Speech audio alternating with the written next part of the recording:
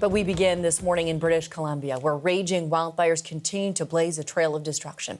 The province remains in a state of emergency. Thousands of people have fled their homes as the flames close in.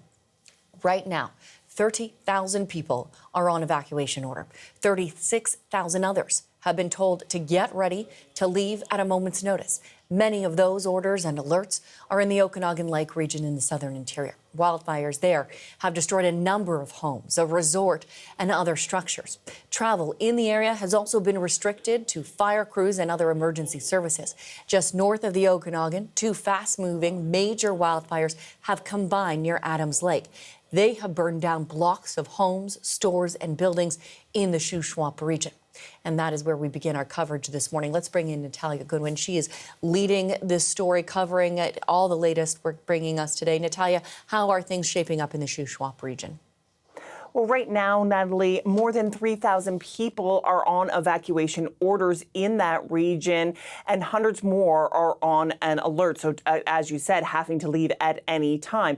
There's also a power outage situation in the northern part of that region as well. About 4,000 people without power, according to the latest BC Hydro outage map that I looked at just before I came on air here. And just to give people that may not be familiar with the area, a look at where we're talking about here. So the Shuswap region is about 150 kilometres north of Kelowna and about 60 kilometres from Kamloops. And the situation there has been deteriorating throughout the weekend. As you mentioned, Friday night, those two fires came together and one of them jumped the Trans-Canada Highway and they merged. So that closed off access to that highway. It also closed off access to major bridges in the area, cutting many people off from being able to get out by road. So people around Scotts Creek had to evacuate by boat Friday night.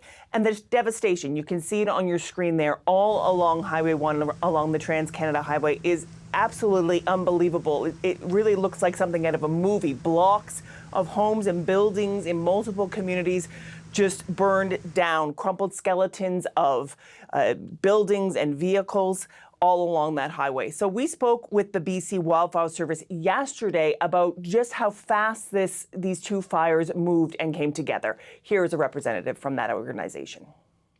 The fire made about a 20-kilometer run in under 12 hours, which is, if we think of some of our previous seasons, like 2021, 2017, I don't know of a fire that traveled that far in that short of time.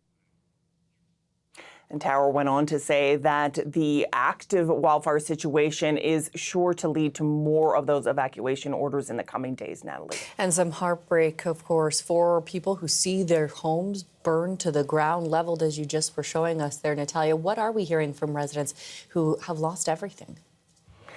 Yes, well, many people telling us that, as I said, this fire went so quickly. They had to get out so fast. So, just having to pack up whatever they could. Some people just hearing by phone that relatives had gotten evacuated, having to go pick them up. And we heard of an entire wildfire fighting camp that had to be evacuated, 400 people sent to Kamloops.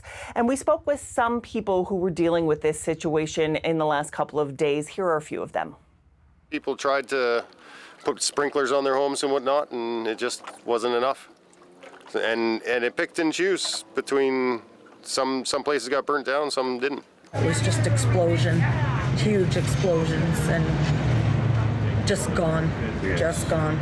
I went knocking on doors to other local people, elders that we take care, that you just keep an eye out for.